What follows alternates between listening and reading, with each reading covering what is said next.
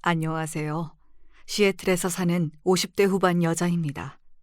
지금은 강원도 어느 산골에서 한옥에서 쉬고 있어요. 1년의 절반 정도는 여기서 머물 예정이에요. 누가 집을 지었는지 정말 편안합니다. 하지만 눈물이 자꾸 흘러내립니다. 가슴에 차가운 돌덩이가 있는 것만 같고요. 억울하고 분하네요. 불쌍하고 가엾은 제 아들이 갑자기 죽었다는 소식을 들었어요. 그것도 1년 전에 말이죠. 결혼도 해서 잘 살고 있을 줄 알았는데요. 그래서 며칠간 잠도 못 자고 밥도 못 먹고 있습니다. 살아도 산 것이 아니네요. 세상이 무너지는 것만 같아요. 그런 소식을 전해주지 않았던 전 남편의 뒤통수를 갈겨주고 왔지만 그런들 무슨 소용입니까? 아들이 죽었는데 말입니다. 여기라도 사연을 남기면 이 슬픔이 조금 가실까 이야기를 남겨봅니다. 저는 엄마도 아닙니다. 죄인이라고 말해도 쌀 정도로 형편없습니다. 어린 아들을 두고 집을 나왔거든요. 남편과 이혼하면서 아이와 헤어졌습니다. 눈을 감으면 10살짜리 어린 아들을 두고 나올 때가 선합니다. 그날은 먹고 싶어 하던 자장면을 사주고 로봇 조립도 하고 퍼즐도 맞추다가 잠이 들었어요. 아들은 베개만 머리에 닿으면 자는 놈인데 그날따라 잠을 이루지 못했어요. 저는 계속 옆에 누워 자라고 했죠. 저는 그렇게 마지막 인사를 하고 나오는 게 좋지 않을까 싶었습니다. 영화나 드라마에서 보면 어느 날 갑자기 엄마가 사라지면 아이들이 더 힘들어하잖아요. 그러나 그것도 어려웠습니다. 나중에 성장해서 아들에게 물어보니 가장 슬픈 밤이었다고 해요. 영원히 아침이 오지 않길 바라면서 졸린 눈을 자꾸만 비볐대요. 엄마 이제 가면 아빠 말 잘 들어. 알겠지? 다신 안 와? 아니, 와. 엄마 미국 가서 돈 많이 벌어서 올게. 그때 같이 살 거야. 지금 같이 살면 안 돼? 지금은 어려워. 아빠가 때려서 그렇지. 얼른 자. 내일 학교 늦겠다. 저는 새벽이 되자 집을 나왔습니다. 아이가 학교 갈 시간까지 있는 것이 너무 괴로웠습니다. 어떻게 헤어져야 할지 난감했습니다.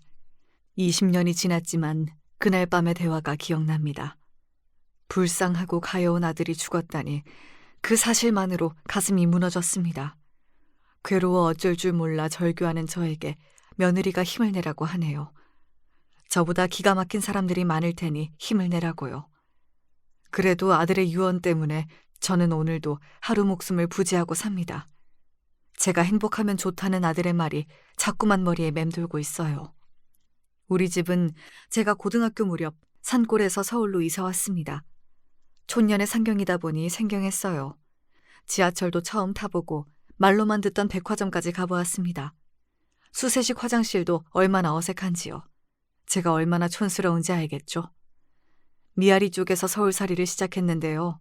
첫째 언니가 동대문에 있는 옷 공장에 다니다 보니 일자리가 있다고 식구들을 불러 모았죠. 산골에서는 땅 하나 없으니 남의 집에서 농사를 돕는 게 다였습니다.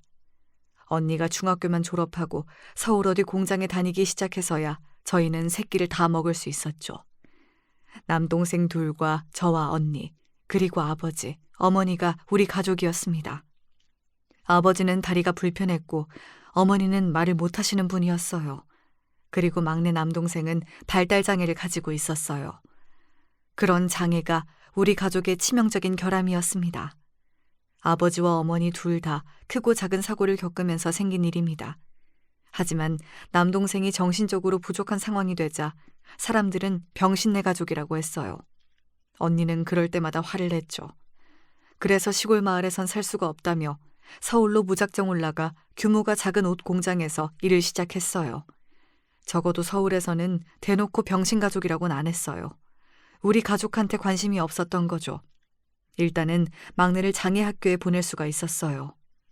언니는 공장에서 일을 했고 어머니는 식당에서 일을 시작했어요.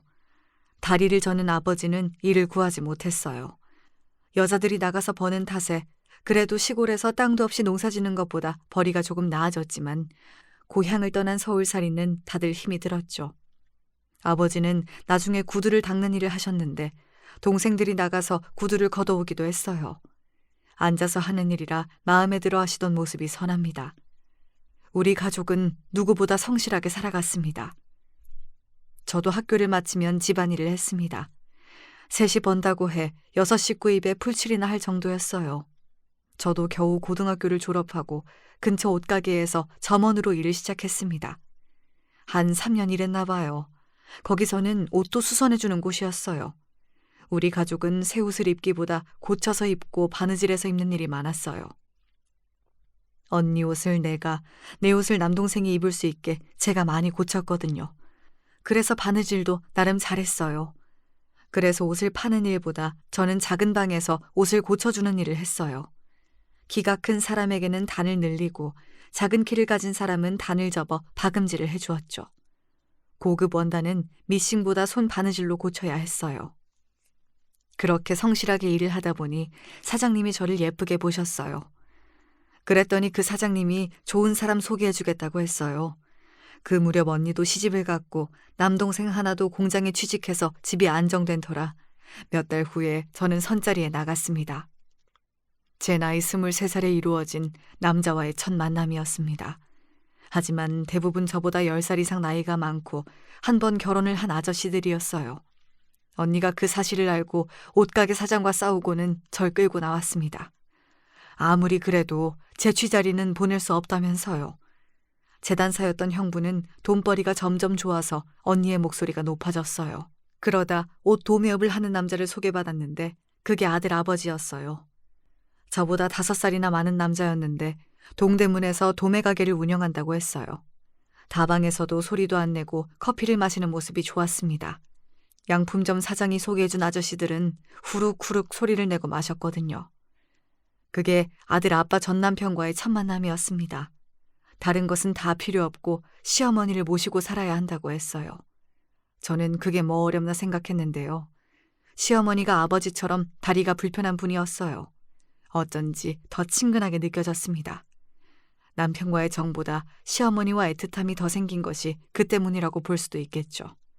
그리고 이 남자도 애잔하게 느껴졌어요. 부모의 몸이 불편하면 자식들은 마음이 불편합니다. 주변 시선도 좋지 않고요. 그래서 결혼을 결심했습니다. 신혼 때는 아무 문제 없이 잘 지냈지만 어느 날 술만 마시고 오면 모두 그렇게 폭력적으로 변했습니다. 옷가게에서 일한 것이 맞느냐부터 전에 사귄 남자들 다 불어라 등 이상한 말만 했습니다. 언니가 와서 애는 남자고 뭐고 남편이 처음이라고 해도 믿지 않았습니다. 남편은 평소에는 예의 바르고 얌전한 사람이지만 술만 먹으면 인격이 변하듯 이상해졌어요. 문제는 또 하나가 있었죠. 언니한테 기분이 나빴던 옷가게 사장이 제 결혼식에 왔었는데 제가 남자에게 인기가 많았다며 얌전한 고양이 부뚜막에 먼저 올라간다고 겉만 봐서는 모른다고 했대요. 일부러 그랬는지 아니면 우리에게 양심이 있었던 건지는 저도 파악이 되지 않아요. 오죽하면 언니가 다시 가서 따져 물어도 그런 말 한 적이 없다고 한 걸로 봐서는 의도적으로 한 이야기 같았어요. 하긴 제가 그만둔다고 할 때도 언니가 소개해준 남자가 얼마나 좋을지 두고 보겠다고 했거든요. 자기가 소개한 제 취자리라도 그 남자가 공부도 시켜준다고 했다며 좋은 데로 시집가라고 했어요. 지금이면 명예훼손으로 고소라도 하죠. 억울하고 화가 났어요. 하지만 그때는 저도 사회 경험이 없다 보니 대꾸도 못했습니다. 아무리 옷가게 사장이 한 말이 마치 증거라도 있는 것처럼 남편은 저에게 화를 냈습니다. 소개해준 언니에게 좋은 여자 맞는지 입증하라고도 했어요. 도둑이 제발 저린 것처럼 남편의 사생활이 어지럽다 보니 저도 그런 여자로 생각된 모양입니다. 남편의 사생활이 복잡하다는 것도 아들을 낳고 알았거든요. 그때 언니가 얼마나 미안해하던지. 하지만 결혼 선택은 제가 한 것이니 누굴 원망할 수나 있는 차원이 아니었습니다. 인기 많은 여자. 그 말에 남편은 슬슬 본색을 드러냈습니다. 낙이 몇 대가 나중에는 아무거나 잡히는 대로 때리기 시작했어요. 시어머니가 말리려고 해도 다리가 불편하니 그것도 쉽지 않았죠. 시어머니가 못 들어오게 문을 잠그고 저에게 폭력을 행사했습니다.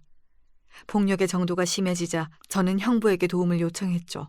형부는 남편 가게로 찾아가 흠씬 패주고 온 적이 있어요. 사람들 우르르 몰고 가서 으름장도 놓았고요. 한 번만 더 때리면 죽여버린다고 경고도 했대요. 그런 일이 있으면 그 후 몇 달은 잠잠하기도 했어요. 남편 가게는 밤에 시작해서 아침에 끝납니다.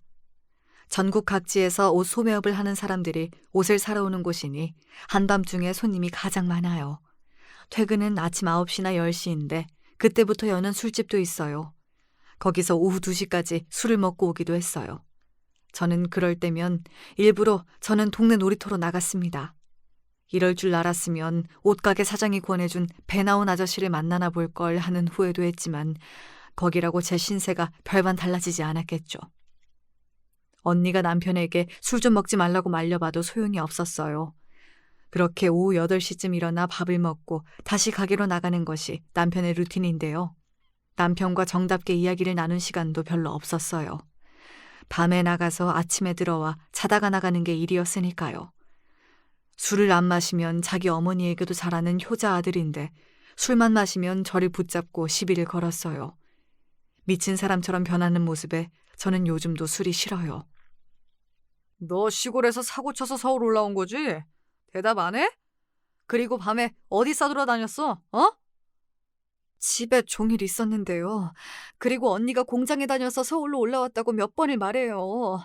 아니 집에만 있었다고요. 어머니에게 물어보세요. 제가 어딜 나갔다 왔는지 종일 어머니랑 함께 있었다니까요. 그만 못하니? 애 종일 나랑 있었어. 도대체 왜 그러는 거야? 제가 보기엔 때릴 명분을 찾는 게 보였습니다. 심심하면 똥개 괴롭히듯 방 안에 앉아있는 제가 못마땅한 것 같았어요. 그렇게 내가 싫어요? 왜 나만 보면 으르렁거려요? 시끄러워, 이 나쁜 년아. 왜 그러냐고요. 왜 나빠요, 내가? 당신 엄마 모시고 사는데. 지금 생각하면 남편은 돈이 필요한 모양이었어요. 그때 형부가 돈을 조금 만진다는 소문이 있었는데 자기한테 빌려주지 않는다고 투덜거렸어요. 그 후에는 술 먹고 괜히 시비를 걸었습니다. 제가 걸음을 이상하게 걷는다고 머리통을 때리고 아침에 자기 보고 웃지 않는다고 뺨을 때린 적도 있었어요. 그러다 언니가 돈을 빌려주면 몇 달간은 잠잠했습니다. 그래서 전 언니와 형부에게 돈을 빌려주지 말라고 했습니다. 그 돈으로 가게에 투자하는 것이 아니라 술 먹는데 탕진했기 때문이에요. 술 먹고 마구 때리면 저는 이혼하겠다고 소리를 질렀고 시어머니도 저랑 함께 나간다고 남편에게 말했어요. 그러면 남편은 몇 달간은 술을 먹어도 때리진 않았습니다. 누군가는 왜 때리는 걸 다 막고 앉아있냐고 하더군요. 도망을 치던지 이혼을 하던지. 하지만 문 밖에서 아우성 치면서 저를 구해내려는 시어머니가 있었기 때문입니다. 함께 살던 시어머니가 방패가 되어 주셨어요. 제가 울고 있으면 지금 사는 집을 저에게 주신다며 도망가지 말라고 빌기도 했어요. 그게 너무 불쌍했어요. 제가 더 불쌍한데 그것도 모르고 말입니다. 또 이혼하려고 마음먹으면 어떻게 알고 남편이 순한 양이 되기도 해요. 그러면 또 미루게 되는 거죠. 인간은 망각의 동물이라고 하잖아요. 그러다 남편이 술에 취해 개가 되면 후회하죠. 변명하자면 그때는 이혼이 그렇게 쉬운 시절도 아니었고 제가 결혼할 당시 다리가 불편한 아버지가 건강에 문제가 생기셨어요. 그러니 이혼 이야기는 엄두가 나지 않았어요. 언니와 형부가 병원을 모시고 다녔지만 결국엔 손을 쓰지도 못한 채 돌아가셨어요. 말 못하던 엄마도 뭐가 그리 서러운지 아버지가 가시자마자 시름시름 앓다가 아버지 곁으로 가셨어요. 제가 결혼하고 얼마 지나지 않아 벌어진 일이었어요. 이럴 줄 알았다면 시집을 가지 말걸. 저는 많이 울었습니다. 결혼 초에는 부모님의 신체 결함이 저를 위축시켰어요. 임신했는데 애가 병신이면 가만 안 둔다는 남편의 말에도 저는 묵묵히 앉아 있었죠. 아버지, 어머니 어릴 때 당한 사고 충격으로 몸에 문제 있는 거지 선천적으로 문제가 없었거든요. 하지만 시어머니는 달랐어요. 태어날 때부터 다리에 문제가 있었다는데 그걸 알면서도 일부러 생트집을 잡았습니다. 네가 이해해라. 제가 어릴 때는 병신 엄마 때문에 놀림을 많이 받았어. 왜 저만 이해하면 돼요? 어머니가 맨날 그러니까 남편이 더 그럴지도 몰라요. 내가 병신이라서 그래. 그 병신 소리 그만해주세요. 저 진짜 싫어요. 미안해, 미안하다. 뭐 먹을래? 너 좋아하는 부추전 해줄까? 고기 볶아줘? 어머니, 앉아 계세요. 제가 할게요. 그거 드시고 싶으세요? 부추전이요? 시어머니는 제가 좋다고 했어요. 울다가도 금방 마음이 풀린다고요. 어머니도 남편을 말리다 다친 적도 있었어요. 어머니는 저와 어쩌면 동지애 같은 걸 느꼈는지 몰라요. 하지만 후에 제가 이혼하니 어머니가 달라졌어요. 동지애는커녕 저를 나쁜 엄마 취급하셨어요. 지금 생각하면 어머니는 그냥 제가 필요해서 달래주셨나 봅니다. 그렇게 시어머니가 미안하다고 달래주지 않았다면 제 결혼은 진짜 끝이 났을지도 모르죠. 술만 먹고 오면 말도 안 되는 핑계를 대고 행패를 부리는 남편. 그것만 아니면 결혼 생활은 최악은 아니라고 스스로 달랬죠. 결국 어머니가 남편에게 또 술 마시고 마누라 패면 당신께서 쥐약이라도 먹겠다며 엄포를 놓으셨어요. 그래서 그런지 또 얌전해졌어요. 저는 결혼하고 2년 만에 아이를 가졌습니다. 어머니가 쥐약을 들고 난리를 치니 그제야 정신이 들긴 했는지 저한테 미안하다고 사과도 했어요. 다행히 임신하니 초반에는 술을 마시지 않았어요. 시어머니의 강경한 태도와 새로 태어난 아들 때문에 남편이 변했다고 생각했어요. 술 먹고 들어오는 날도 거의 없었고 나름대로 착실하게 사는 것처럼 보였습니다. 다행이다. 애 낳고도 계속 너 때리면 이혼 생각했었어. 요새는 술은 안 먹고 오는데 퇴근이 늦고 아예 안 들어와. 밤낮이 바뀌는 직업이라 아침에 사우나에서 피곤이라도 푸나 보지. 저번에 내가 말했지? 우리 가족 다 미국으로 이민 갈 거야. 미국에서 세탁소 하기로 했어. 늦은 감이 있는데 동대문에서 같이 일하던 동생이 인수해준대. 일손이 부족하니 남동생 둘 다 데리고 가려고 해. 넌 괜찮겠지? 진짜 네 남편 계속 그런 식으로 굴면 이혼하고 미국에 데려가려고 했는데. 애 생기고 괜찮아졌어. 부모님이 돌아가시니 형제끼리 만나는 일도 거의 없어졌는데요. 그래도 언니는 남동생을 다 챙겼나 봅니다. 저는 제 몸 하나 건사하는 것도 힘들었거든요. 그래서 언니는 좋은 남자를 만났을까 싶네요. 우리들을 위해 희생을 많이 했거든요. 이제는 금정적으로 안정이 되면서 언니는 평온한 얼굴을 했습니다. 돈이 있으면 아무도 우리 집안 무시 못한다며 자기가 꼭 집안을 일으킨다고 했는데 말입니다. 성실한 형부가 재단사로 눈코 뜰 새가 없었고 애들도 셋이나 되는데 그중에서 운동하는 조카도 있어 언니는 뒷바라지에 몰두하게 되었어요. 조카들의 미래도 그렇고 남동생들의 장래도 미국에서 시작하는 것이 좋다고 언니가 말했어요. 특히 장애가 있는 남동생은 좋은 교육을 받을 기회가 있다고 했으며 다른 남동생은 미국에서 형부의 일을 돕기로 했대요. 모두 평온해졌다며 언니는 저의 손을 잡았습니다. 저는 늘 속마음도 표현 못하고 조용한 편이라 언니가 걱정이 많았다는데요. 이제 아들도 낳고 남편도 때리지 않으니 안심하고 미국으로 간다고 했어요. 미국으로 떠나기 전날 남편은 언니에게 내 걱정하지 말고 언니네나 이제 잘 살라고 했어요. 남편도 언니와 형부 앞에서 다신 때리지 않겠다고 단단히 다짐도 했어요. 이제는 편안하게 아들을 키우면 되는 줄 알았죠. 하지만 남편이 술도 안 먹고 저도 안 때리게 된 것이 다 여자가 생겼기 때문이었습니다. 정말 아무도 몰랐습니다. 형부의 지인들이 아직 동대문 근처에서 장사도 하고 옷 공장도 운영했기에 금방 알아낼 수도 있었지만 한 1년간을 속이고 있었어요. 상대가 지방에서 옷가게를 운영하는 여자였기 때문이에요. 남편이 거래를 위해 지방에 간다고 하긴 했는데 그게 다 내연녀를 만나기 위함이었어요. 여자의 직감이 무섭다고 하잖아요. 남편의 태도나 몸가짐이 달라졌음이 느껴졌어요. 남편이 말하는 저는 그저 네 하고 순응하는 편이어서 여자가 있다는 걸 알고 끙끙 앓기만 했어요. 시어머니에게 말도 못하고 혼자 우는 날이 많았습니다. 바람 핀다는 것을 온 감각으로 알면서도 어떻게 해야 할지 난감했어요. 괜히 남편을 소개해준 언니나 형부가 미웠습니다. 미국에서 잘 지낸다는 언니의 연락도 피하고 저는 아들을 업고 동네를 미친 여자처럼 걸어다녔습니다. 그래야 마음이 조금이라도 편해졌어요. 하지만 외박하는 날도 많아지고 휴일에도 집에 들어오지 않았습니다. 답답한 마음은 아무리 걸어도 해소되지 않았어요.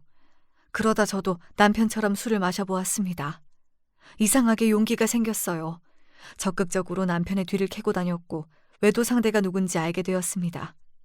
시어머니에게 아들을 맡겨놓고 남편이 누굴 만나는지 어딜 가는지 확인했죠. 드라마에서는 그런 장면이 나오면 득달같이 뛰어가서 두 연놈의 머리를 쥐어 뜯어내곤 하던데 저는 그러지 못했어요. 벌벌 떨기만 했죠. 지금 생각하면 바보 같지만 그때는 머릿속에 아무 생각이 안 났습니다. 저는 남편이 내연녀랑 있어도 조금도 질투가 없을 줄 알았어요. 때리던 남자가 뭐가 좋겠어요. 하지만 질투가 아니었어요. 분노였습니다. 덜덜 분노를 어떻게 풀어야 하나 고민만 했죠. 대전 쪽에서 옷가게를 하는 여자였는데 저보다 5살이나 많았습니다. 남편 가게에서 옷을 떼어가던 여자는 나중에는 남편과 아예 살림을 차렸어요.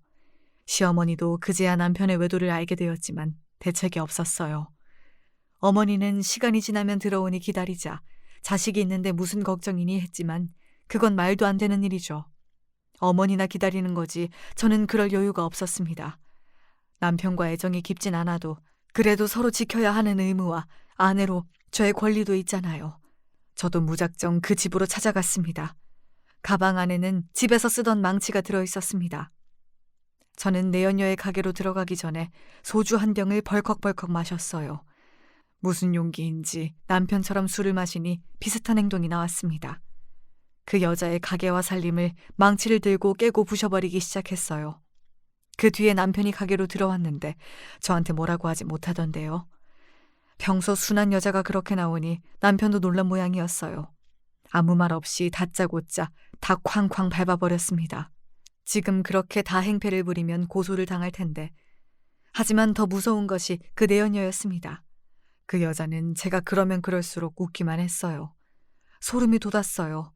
그 여자가 보기엔 저는 순진한 주부처럼 보였나 봅니다. 남편은 늘 제가 과거가 있다고 의심했는데 이번에는 진짜 과거가 화려한 여자를 만나는 중이었습니다. 술집에서 일한 경험이 있는 여자였고 애까지 있었어요. 저는 말도 없이 가게 살림을 망가뜨리고 나자 그 여자와 남편은 아예 대놓고 바람을 피웠어요. 제가 망치로 둘이 만나라고 쾅쾅 선언한 것이 아닌데 말이죠. 하지만 가게 주변에 바람 핀다는 소문이 도니 여자는 가게를 접어버렸어요. 아범이 병원에 있대. 얼른 가봐라. 하지만 개벌은 남 못 준다는 말이 있듯이 남편이 술을 먹고 그 여자를 팼습니다. 저와 달리 그 여자는 거칠게 반항한 모양이죠. 남편을 술병으로 갈겨서 병원에 입원시켰습니다. 저는 그렇게 남편의 바람이 끝난 줄 알았어요. 머리를 7바늘이나 봉합하고 입원한 모습이 조금은 통쾌했어요. 잘한다, 잘해. 이제 내연녀에게 맞고 오냐? 집에 착한 아내가 있는데, 토끼 같은 자식이 있는데, 요즘 시어머니 이렇게 잘 모시는 여자 있는 줄 알아? 그러니까 결혼했죠. 엄마한테 잘하라고. 저 신경 쓰지 말고 가세요. 뭐야, 이 새끼가? 그래도 뭘 잘했다고 나불거려?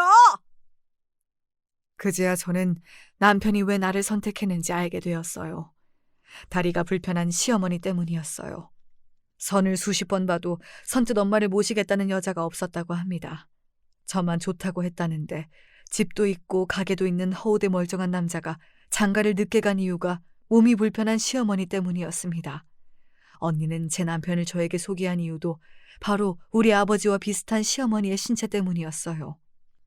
예전에 옷가게 주인도 저를 한 번 결혼한 아저씨를 소개한 이유가 이렇게 몸이 불편한 부모 탓이란 생각이 그때 들었습니다. 왜 그렇게 언니가 시골 마을을 떠나고 싶어 했는지, 언니가 고아인 형부와 결혼한 이유도 부모님의 신체적 결함이었다는 것을 저는 그제야 알았습니다.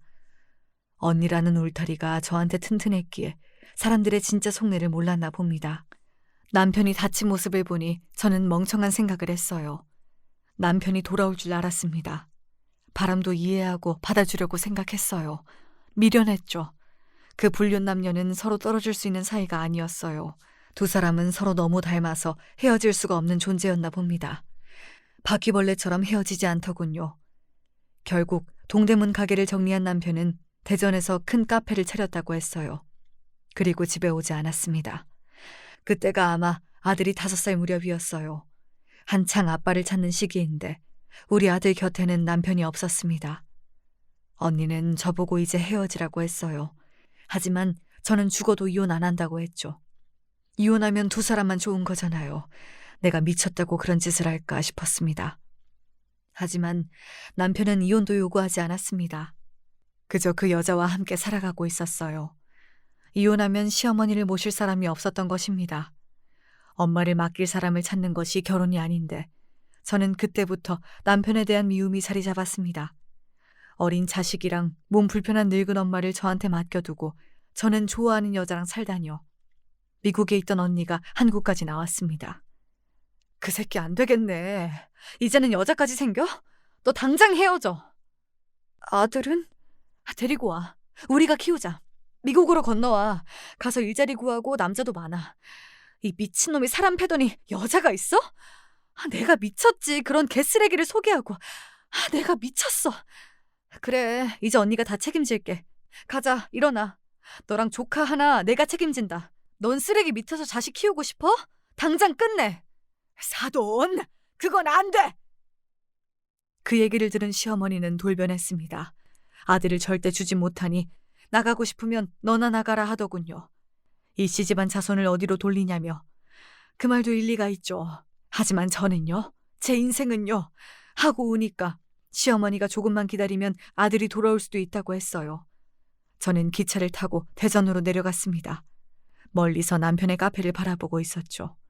가서 다 엎어버리고 남편을 데려오고 싶었습니다. 하지만 남편이 제 모습을 보았는지 오히려 저를 끌고 골목으로 들어갔습니다. 야, 내가 생활비 줬지. 애 양육비도 주고. 근데 왜? 왜 왔어? 이러곤 못 살겠어요. 그래서 이혼이라도 한다고? 아니, 집에 가요. 어머니도 기다리고 정호도 아빠 찾는다니까. 난 너랑 살기 싫어. 그냥 여기 있을래. 이혼은 복잡하니까 일단 이렇게 살자. 그럼 난 이렇게 평생 살아요? 당신 데리고 갈 때까지 이 카페에 매일 올 거야. 알아? 이혼해도 자식을 데리고 가지 못하면 저는 이대로 살아도 좋다고 생각했어요. 남편은 제가 며칠 그러다 말겠지 싶었는지 말없이 카페로 갔어요. 저는 3개월 동안 매일 카페 문을 열리는 시간에 그 앞에 서 있었습니다. 가게로 들어가면 영업 방해지만 그 앞 인도에 서 있는 것은 경찰도 끌어내지 못했거든요. 남편의 내연녀는 저만 보고 인상을 찡그렸고 사람들은 제가 거기 왜 서 있는지 처음엔 몰랐지만 차츰 제가 남편의 아내이고 지금 내연녀와 카페를 차렸다는 것이 알려졌어요. 당연히 가게에 손님이 떨어졌죠.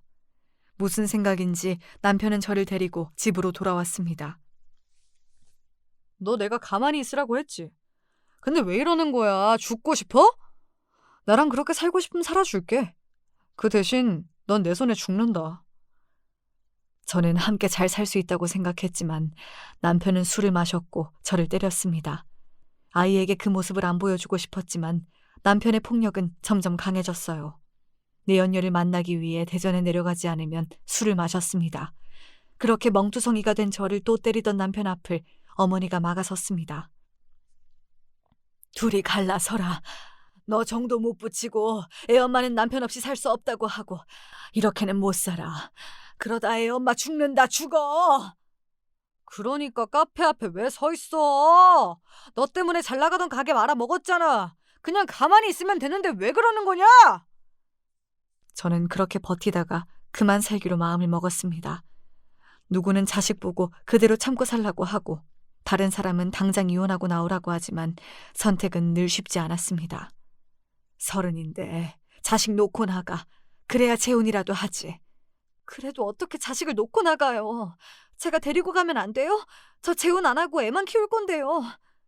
네가 먹고 살 순 있어? 우리는 땅도 있고 집도 있는데 넌 없잖아. 내가 위자료 챙겨줄 테니 가라. 그게 너 사는 길이다. 내가 우리 아들하고 손자만 생각해서 너 붙잡아두고 싶지만 네 인생 불쌍해서 안 돼. 얼른 갈라서. 하루에도 몇 번씩 짐을 싸서 나갈까 하다가도 자식이 밟혀 다시 주저앉을 때가 많았습니다. 그러던 중 남편의 내연녀에게서 전화가 왔습니다. 만나서 할 말이 있다고 했습니다. 드라마에서 많이 보던 장면처럼 여자를 다 뜯어주면 속이 후련해질까 싶더군요. 하지만 내연녀는 너무나 당당했습니다. 카페 손해가 얼만 줄 알아요? 그게 나한테 할 말이에요? 내가 저번에 가게 부신 것은 이해했잖아요. 그거 미안한 마음이 있어서 그랬어요. 하지만 한 번으로 끝내야지. 이렇게 길게 이어지면 어떡해요. 아무튼 그 일로 저희 손해가 막심해요. 그래도 다시 한번 호프집 오픈해요. 거기마저 오시면 안 돼요? 그 말 하러 온 거예요? 당신 남편하고 사업적 파트너예요. 말이 사업이지. 함께 살잖아요. 그거야 비즈니스 차원이고. 당신 남편이랑 결혼할 마음은 없어요. 그냥 그대로 계시면 돼요. 아니면 이혼이라도 할 수 있어요? 네, 합니다. 왜 못해요? 그렇게 하세요. 괜한 걱정했네. 미안한 마음은 없어요? 미안한 걸로 퉁 쳤잖아요. 우리 옷가게 망치고 카페 장사도 망하게 한 것. 그거면 됐지. 상당히 미안하니 나도 가만히 있었던 거죠. 평생 이러지 마세요. 이젠 안 참아. 네? 정호 대학이라도 보내려고 하면 가만히 있어요. 남편 돈 벌어야 애 학교도 보낼 수 있는 거 아니에요? 나도 당신 남편하고 헤어지고 싶어도 돈으로 얽혀 있어서 쉽지 않아요. 남자, 여자, 바람, 동물적인 본능으로도 피는 건 맞지만 우리처럼 돈으로 얽혀 있는 관계가 훨씬 많아요. 내가 언니 같아서 하는 말인데 당신 돈 있으면 남편 금방 집으로 들어가요. 근데 당신 돈 없잖아. 내 옆에 당신 남편이 죽치고 있는 것도 내가 돈이 있어서 그래요. 동대문 가게 망한 거 모르죠? 당신들 편하게 살았으니까. 당신 남편은 망해서 나한테 온 거지. 나랑 살림을 차려서 망한 게 아니에요. 이때까지 내가 댁들 생활비 지원도 했는데 너무 나만 나쁜 년 만들지 마세요. 내연녀는 언성도 하나 높이지 않았습니다. 기둥서방이라도 하나 있어야 사업하기 편하다며 제 남편이 그런 역할을 하는 거라고 하더군요. 그래서 죽어도 헤어지지 않으니 저는 제 갈 길을 가는 것이 맞대요. 저는 기가 막혔습니다. 그래서 자신처럼 돈이 없으면 자식도 놓고 나가야 정호 장래에 도움이 된다고 저에게 훈계했어요. 자기가 정호 대학까지 보내줄 것처럼 말하며 오히려 저를 걱정했습니다. 무슨 내연녀가 선생도 아니고 주제에 저를 가르치고 있네요. 화를 내자니 내연녀의 말에 반박할 힘이 없었습니다. 저는 말도 못했어요. 중요한 것은 저는 능력이 없다는 겁니다. 그날로 저는 언니에게 전화했습니다. 미국에 가서 돈을 벌고 싶다고요. 돈을 벌어서 아들을 데리고 오자는 계획을 마음속에 새겼죠. 그렇지만 그걸 시어머니에게 들키면 안 될 일이었어요. 저는 남편에게 이혼하겠다는 뜻을 밝혔고 그 절차가 진행되었습니다. 시어머니 모르게 했어요. 그리고 3년 뒤에 아이를 찾으러 오겠다고 말했습니다. 그 조건으로 저는 위자료도 없이 이혼을 했습니다. 저는 3년 안에 미국에서 돈을 많이 벌겠다는 꿈을 가지고 있었어요. 그래서 그날 자식을 놓고 집을 나왔습니다. 하지만 세상 일은 제 뜻대로 되는 일이 없었습니다. 저는 미국 초청 비자가 나오지 않았어요. 미국으로 정식 입국이 되지 않는다는 겁니다. 미국 대사관에서 저를 거부했어요. 제가 이혼을 했고 변변한 직업이나 예금도 없으며 형부가 초청한 업무와 저는 무관하다고 대사관에서 임의로 판단했어요. 계속 가정주부로 있다가 갑자기 형부의 재단 일을 하기 어렵다는데 그거야 사실이죠. 미국으로 갈 수 있을 줄 알았는데 저는 그 당시 죽고 싶었습니다. 이혼 전부터 언니와 상의해서 결정한 일이 이렇게 틀어질지 몰랐습니다. 그 당시 한국 젊은 여성들이 미국으로 불법 취업해서 율락업에 종사하는 일이 많아져 입국 심사가 까다로워졌다고 했어요. 아마 지금이면 쉽게 가능할지 모르죠. 엄마가 미국 가서 돈 많이 벌어올게. 아들에겐 그렇게 말했는데 저는 당장 라면 하나 살 돈도 없었어요. 언니는 미국에 사는 남자와 결혼해서 입국하는 과정도 있다며 선을 보라고 했지만 저는 남자도 결혼도 다 신물이 난 상태였습니다. 어쩌면 저는 남편의 울타리에서 안주하던 한 마리 양이라는 생각이 들었습니다. 무서워서 세상에 나가지 못하고 벌벌 떠는 양으로 살다가 죽긴 싫었습니다. 무작정 옷 수선공을 구한다는 곳을 찾아가 일을 시작했어요. 지금 당장 미국에 못 가도 언젠가 갈 수 있다는 희망을 보고 말입니다. 제가 옷 수선 경험이 있기에 가능했어요. 바늘에 무수히 찔려가며 옷을 고치고 매만졌습니다. 시어머니에게 전화를 걸어 아들이 잘 있나 물어보고 싶어도 이혼한 후에는 그게 참 어려웠습니다. 늘 아들을 그리워했지만 연락마저 끊고 1년간 일을 하고 나니 다시 미국으로 들어갈 기회가 생겼습니다. 형부가 운영하는 세탁소에서 옷 수선하는 사람이 필요하다는 연락이 왔습니다. 제가 한국에서 일을 하고 있다는 증명을 보고 미국 대사관에서 입국 신청이 떨어졌습니다. 저는 미국으로 가자마자 세탁소에 딸린 1평도 안 되는 작은 방에서 옷을 수선했습니다. 아침 9시부터 저녁 9시까지 쉬지 않고 옷을 매만졌습니다. 내 손으로 집을 장만하고 아들을 데려올 생각만 가득했습니다. 세탁소에서 죽도록 일했습니다. 아들에게 돈을 보내줄 요량을 말입니다. 돈이 생기면 아들 명의의 통장으로 돈을 보냈습니다. 한국에 있던 1년 동안은 먼 곳에서 학교 가는 아들 뒷모습을 본 적은 있지만 이곳 시애틀에 와서는 아들의 모습을 보지 못해 우울증과 향수병에 시달리기도 했어요. 돈을 차곡차곡 쌓여 아들하고 함께 살 생각하며 다시 마음을 다잡았습니다. 일을 많이 했기에 목 디스크와 관절염이 찾아왔지만 저는 계속 바느질을 멈추지 않았습니다. 언니는 미국에 왔으니 관광이라도 하라 했지만 저는 그럴 여유가 없었어요. 미국인지 시애틀인지 알지도 못했어요. 조카들은 다들 좋은 학교도 다니고 있었습니다. 그게 참 부러웠습니다. 공부를 열심히 하고 자기가 하고픈 일을 찾아 공부하는 모습을 보니 아들이 더 보고 싶었습니다. 그리고 5년이 지났을까요? 아들이 중학교 다닐 무렵 저는 한국으로 전화를 걸었습니다. 아들, 엄마야. 이제 함께 살 수 있어. 엄마 명의 아파트도 있고 너 데리고 오려고 진짜 노력 많이 했어. 여기 미국 시애틀 이모네야. 비행기표 보낼게. 아빠가 그러자고 예전에 약속도 했어. 저는 아빠랑 살래요.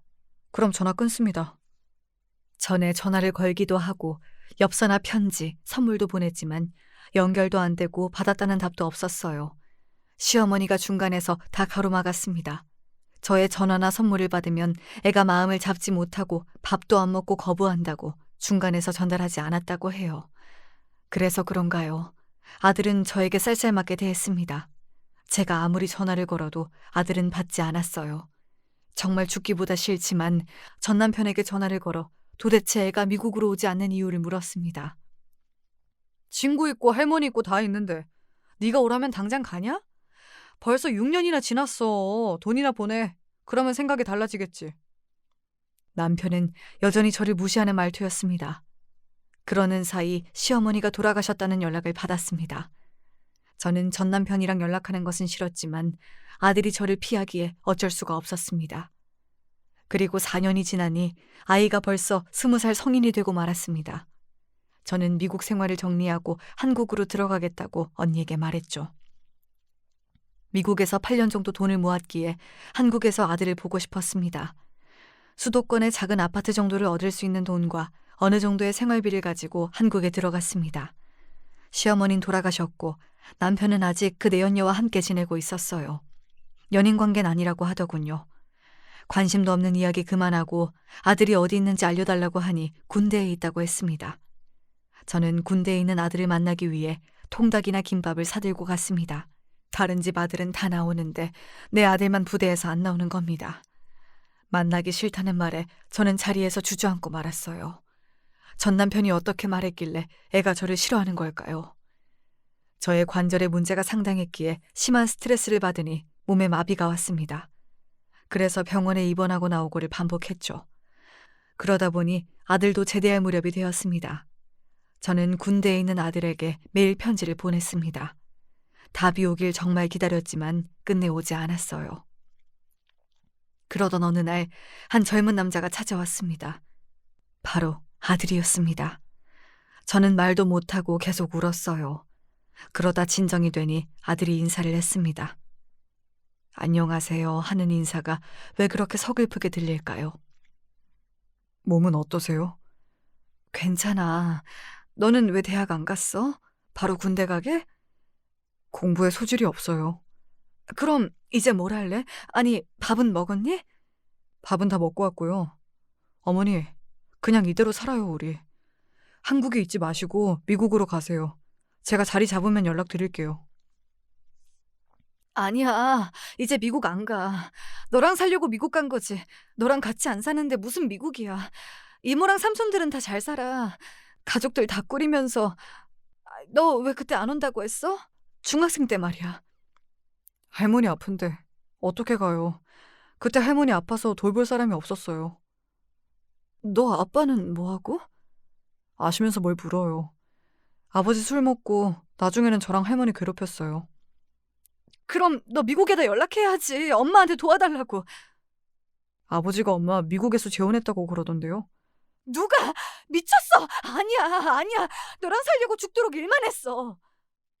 엄마, 아빠랑 연락하지 마세요. 돈도 절대로 주면 안 돼요. 뭐? 왜? 엄마, 미국 도로 가세요. 여기 있다가 아빠랑 얽혀서 좋은 거 하나도 없어요. 아빠는 돈 생기면 안 되는 사람이에요. 이제는 도박도 해요. 같이 사는 아줌마도 학을 뗐어요. 호프집 하는 아줌마 말이에요. 아들의 말에 저는 하염없이 울었습니다. 내가 그동안 보내준 용돈을 중간에 이 남자가 다 가로챈 모양이었습니다.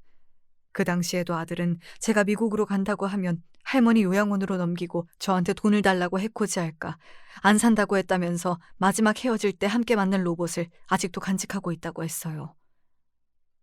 저 엄마 너무 보고 싶었는데 그래도 참았어요. 엄마라도 행복하면 돼요. 아니야. 난 너 없어서 하나도 안 행복했어. 너 없으면 그게 행복 아니야.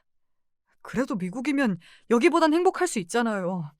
아버지랑 연락 끊을 거니까 엄마도 연결하지 마세요. 제 번호 없앨 건데 나중에 제가 연락드릴게요. 아들은 무슨 일을 하는지 알려주지 않고 다시 떠나버렸습니다. 아비라는 인간이 더 망가졌다는 것이 어이가 없었습니다. 전화를 걸어 따져 물으려고 해도 아들 말대로 다 지난 일이라고 생각했습니다. 저도 미국에서 돌아가 모든 재산을 정리하고 한국으로 다시 돌아왔습니다. 그 후 아들이 연락이 왔습니다. 지방에서 집을 짓는 일을 한다고 했어요. 어릴 때부터 만드는 것을 좋아하던 놈이었는데 한옥을 짓는 어려운 일을 선택하다니 그래도 대견했어요. 저는 한국으로 돌아와 아들 줄 아파트를 장만했습니다. 결혼이라도 한다고 하면 줄 요량이었죠. 당분간 서울에 있으면서 아들의 연락을 기다렸습니다. 아들은 가끔 서울로 올라와 저와 밥도 먹고 이야기도 했어요. 그러던 중 몇 달간 아들과 연락이 끊겼습니다. 저는 걱정이 너무 되어 밤잠을 설쳤는데요. 알고 보니 전 남편이 사고를 크게 쳤다고 했습니다. 술 먹고 멀쩡한 가게를 차로 들이박았다고 했어요. 그래서 병원비에 가게 보상비까지 마련해야 한다니 저는 전 남편이 있다는 병원으로 뛰어갔습니다. 도대체 그 인간은 왜 그러는 거야? 미쳤어? 술을 아직도 먹어? 이혼 잘했다고 했지? 엄마, 제가 다 알아서 할 테니까 가셔도 돼요. 여기 뭐하러 오세요? 엄마, 절대 아빠 만나지 마세요. 제 부탁이에요. 그리고 몇 달 후 전 남편이 저를 찾더군요. 전화로 밥이나 먹자고 하길래 전화를 끊어버렸습니다. 그러자 제가 사는 곳까지 어떻게 알았는지 찾아왔어요. 돈 좀 벌었다고 하던데? 상관 말고 가세요. 만나는 남자 있어? 내가 당신인 줄 알아요? 애 주라는 용돈이나 학비 다 가로채더니 당신 내가 씹어먹어도 시원치 않아요. 알아? 돈이 없으니까 쓰지. 돈 좀 있어? 가요. 여길 왜 와? 당장 갈 곳도 없고. 당신 내연녀한테 가요. 당장 꺼져요. 야, 너 진짜 많이 컸다. 미국 가더니 성질만 키웠냐? 미국 놈은 만나봤어? 당장 안 꺼져? 경찰 부른다! 이 남자, 내가 돈 있다는 건 어떻게 알았을까요? 하긴 형부가 아직도 동대문 시장 사람들하고 연락을 주고받고 있으니 알게 되었을까요? 왠지 불안했어요. 남편이 다가오자 무서웠어요. 몸이 먼저 반응한다고 하듯이 또 폭력을 쓸까 무서웠습니다. 그래서 아들 말대로 미국에 가 있기로 했어요. 그렇게 한국과 미국을 오가다 보니 세월이 지났고 아들이 결혼할 여자를 소개한다고 하네요. 그래서 아들에게 아파트를 선물하기로 했어요. 예전부터 제가 모아둔 돈으로 산 아파트 말이에요. 아들은 이곳저곳을 돌아다니며 집을 만들기에 서울에다 신혼집을 마련해도 나쁘지 않다고 했거든요. 전 해드린 것도 없어요. 아니야. 이렇게 잘 자란 것이 엄마한텐 선물이야. 고맙다, 아들. 저는 아들의 손을 꼭 잡았습니다. 문제는 결혼식이었는데 아들은 아내와 의논했다며 생략하기로 했대요. 아버지와 어머니 또 만나는 것도 싫고 결혼할 여자의 부모도 안 계신다고 했어요. 아들이 고백하기로는 벌써 함께 살기 시작했다고 하니 저는 오히려 미안했습니다. 얼마나 외로웠으면 그랬을까요? 하지만 어떻게 된 일이 틀어졌는지 그만 아들과 연락이 끊어졌어요. 이모가 신혼여행비 마련해준다고 문자를 보냈는데 그 이후에 말이 없었습니다. 그리고 몇 달 만에 짤막한 문자가 한 통 오는 게 아니겠어요. 어머니, 저 잘 있으니 연락 당분간 하지 마세요. 이렇게 문자가 오니 저번처럼 남편이 사고를 쳐서 아들도 연락을 끊은 줄 알았습니다. 이럴 줄 알았으면 결혼할 여자의 번호라도 알아둘 걸 얼마나 후회했는지 몰라요. 아비가 사고를 친 게 분명하다 믿고 있었는데 시간이 지날수록 알 수 없는 불안감이 묘하게 느껴졌어요. 미국에 있었지만 말이에요. 도저히 참을 수가 없어 저는 한국행 비행기에 올랐습니다. 1년이 되기 전에 연락이 오는데 이번엔 아니었습니다. 저는 제가 사준 아파트로 향했습니다. 진작 찾아올 걸 후회하면서 말이죠. 딩동 제가 벨을 눌렀을 때 여자가 나왔습니다. 아마 아들과 같이 사는 여자 같았어요. 누구? 안녕하세요. 저 이정우 엄마입니다. 어머, 살아 계셨어요? 무슨 말이에요? 아니, 아버님이 돌아가셨다고. 나를? 네, 돌아가셨다고 하니 제가 연락을 못 드렸어요. 정우랑 연락이 안 돼서 결혼은 한 거죠? 모르세요? 왜요? 우리 정우 무슨 일 생겼어요? 여자는 갑자기 울음을 터뜨렸습니다. 한참을 울더니 아들이 한옥 지붕에서 실수로 떨어져 머리를 크게 다쳤는데 출혈이 멈추지 않았고 한 달을 사경을 헤매다 죽었다는 겁니다. 그 사람 죽었어요. 뭐라고? 그 사람 죽은 지 1년이 넘었어요. 아버님이 어머님도 돌아가셔서 안 알려도 된다고 했어요. 장례식장도 다녀왔다고 하셨던데요. 저는 부르르 떨고 있는데 엘리베이터 문이 열렸습니다. 전 남편이 나오는 게 아니겠어요. 저는 핸드백으로 전 남편의 머리를 내려쳤습니다. 미친놈, 죽어버려. 너 같은 걸 진즉에 이렇게 패 죽일 걸. 인간 말종, 미친 새끼. 저는 온갖 욕을 퍼부어가며 그 남자를 팼습니다. 여길 어떻게 알고 왔어? 여기 내가 내 아들한테 사준 집이야. 내가 왜 죽어? 우리 아들 네가 죽였지? 그래, 네 놈이 죽였지? 불쌍한 내 아들 미친놈 네가 죽인 거라고! 저는 절규했고 가슴을 쥐어뜯었습니다. 내가 그때 아들을 데리고 나와서 반지방이라도 함께 살았으면 달라졌을까요? 이 인간이 보험금 저한테 안 주려고 안 알렸던 모양이에요. 한 달 동안 사경을 헤매다 간 아들이 너무 불쌍했어요. 자식 두고 나간 사람의 말로네요. 이렇게 가슴이 무너져 내릴 수가 없었습니다. 그딴 보험금이 뭐라고 말이죠. 저는 남편과 내연녀가 운영하는 호프집으로 달려갔습니다. 현수막을 들고 서 있었죠. 아들 보험금 타려고 전 부인한테 아들 죽음을 알리지 않는 죄. 그렇게 적어놓고 말입니다. 그런 곳에서 술 마시 날 리가 없죠. 결국 내연녀는 미친놈이라고 남편을 내쫓았습니다. 변호사에게 달려가 보니 아비가 아무리 자격이 없어도 자식의 보험 상속을 받을 수 있다고 하네요. 제 아들이 자식이 없다 보니 사실혼 자격이 되는 며느리와 전 남편, 그리고 저까지 돈을 나눠받을 수 있다는 말에 눈물이 흘렀습니다. 며느리는 죄송하다면서 우네요. 저는 아들의 보험금을 며느리에게 주고 나왔습니다. 아들이 떨어져 죽었다는 장소를 보러 갔습니다. 거기에는 아들의 손때가 묻은 한옥이 주인을 기다리고 있었습니다. 그 주인이 저라고 하네요. 지금도 여기에 살고 있는데요. 아들이 만든 집이라 그런지 조금 숨을 쉴 수 있네요. 아들과 함께 산 여자, 그 며느리가 말하길 이 한옥에는 추억이 있대요.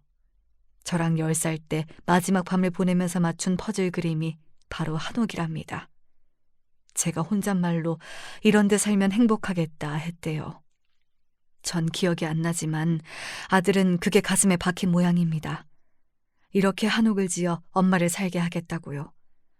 며느리가 보험금 받아 이 집을 샀습니다. 지금은 그 아이와 함께 살고 있는데 시집을 보내긴 해야겠죠. 이렇게 제 이야기는 끝이 납니다. 자식이 죽은 이야기 끝까지 들어주시고 감사해요. 전 남편인지 그 새끼가 감옥에 갔다는 이야기는 아직 안 했죠. 보험금 때문은 아니고 그렇게 거짓말을 남발하니 구속을 당한 모양인데 제 인생에서 영원히 지우고 싶습니다. 다들 건강하세요.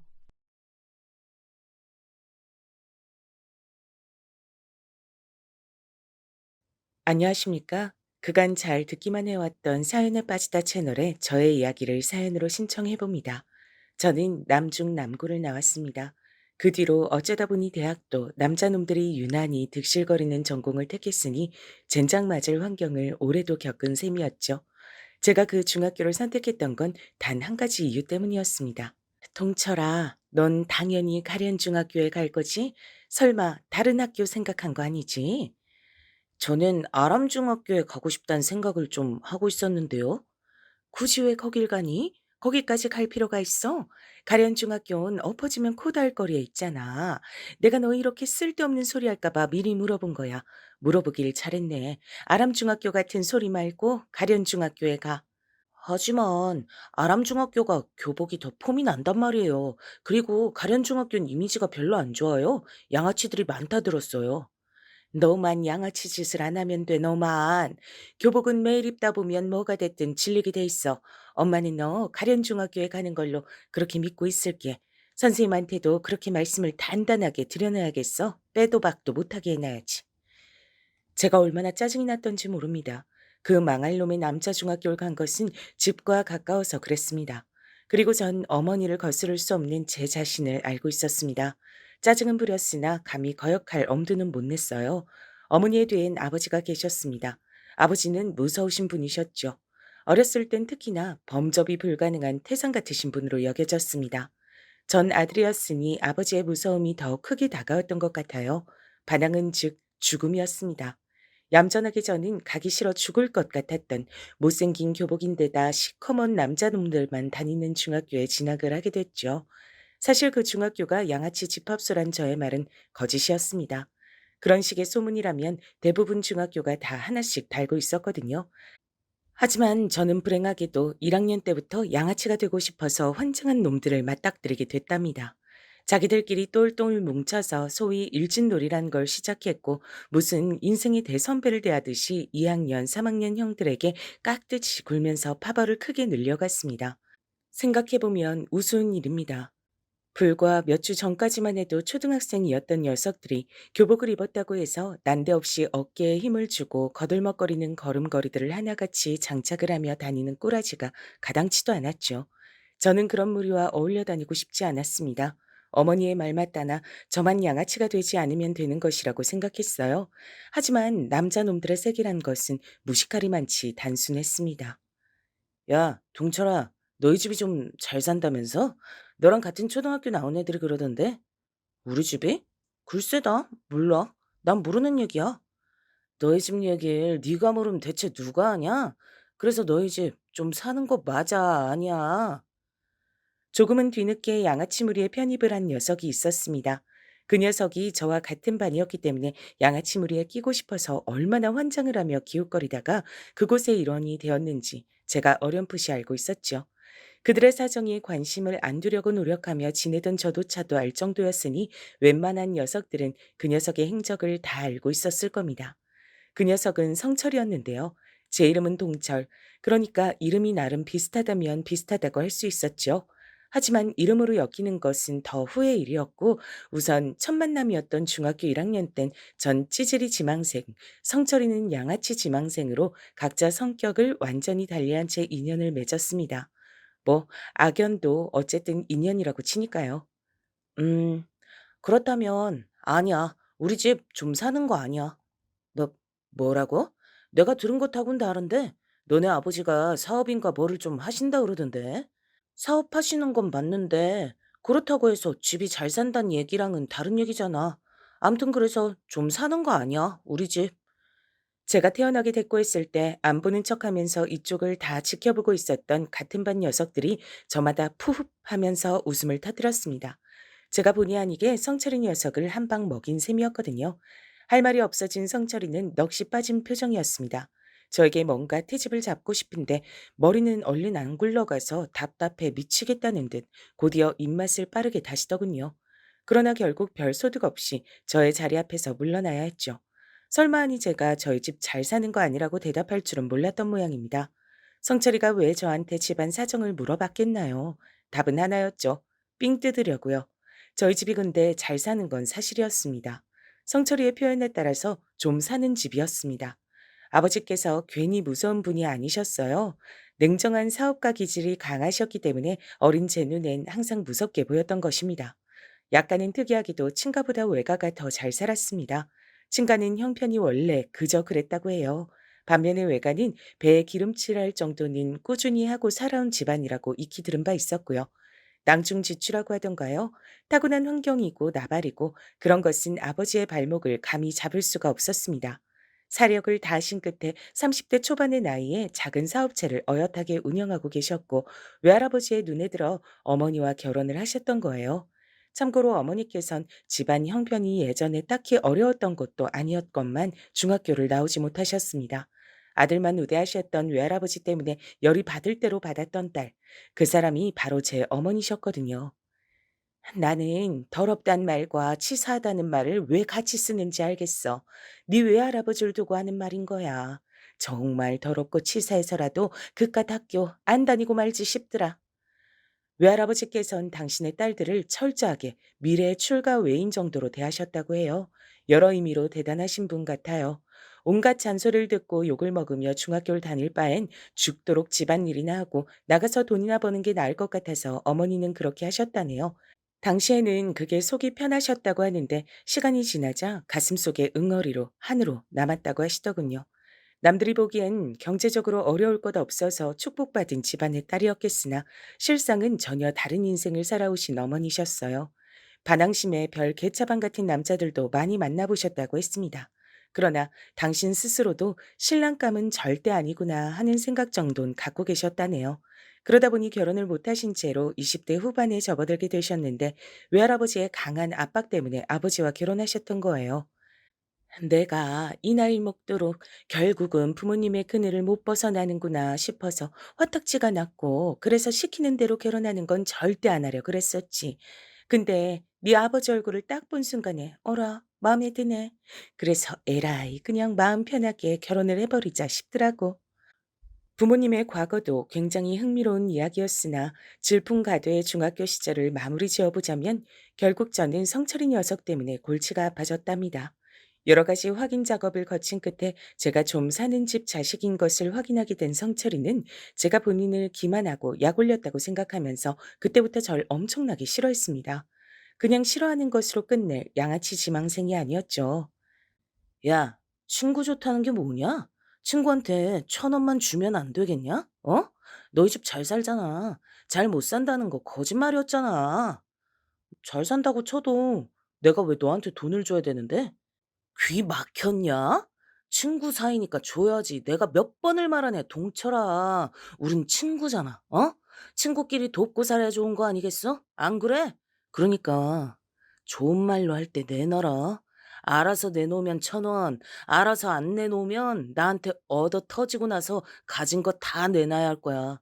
친구로서 배려해준다. 기가 막혔습니다. 저럴 때는 꼭 혼자 저한테 오지 않고서 둘이나 셋 정도는 양아치 무리를 데려온 뒤에 삥을 뜯었습니다. 어머니가 하신 소리가 맞았죠. 더러운 것과 치사한 것은 한 세트였어요. 그리고 전 성철이를 더럽고 치사한 놈으로 봤습니다. 부모님 돈이지 내 돈 아니야. 나는 돈 없어. 뒤져서 나오면 10원에 한 대씩이다. 넌 이제 뒤졌다. 그 이전부터 이미 슬그머니 저를 압박하며 괴롭혀대고 있던 선철이는 그날 결국 제 배를 발로 걷어찼습니다. 제가 교실 구석바닥에 넘어지기가 무섭게 같이 온 양아치 녀석들이 저에게 발길질을 무섭게 날리기 시작했죠. 쪽수로 밀어붙이는 더럽고 치사한 놈들이었습니다. 한 놈은 혹시 선생님이 오시나 안 오시나 망을 보는 치밀함까지 갖추고 있었습니다. 하지만 저는 또 성철이를 당황시키는 데 성공하고 말았죠. 뭐, 뭐야?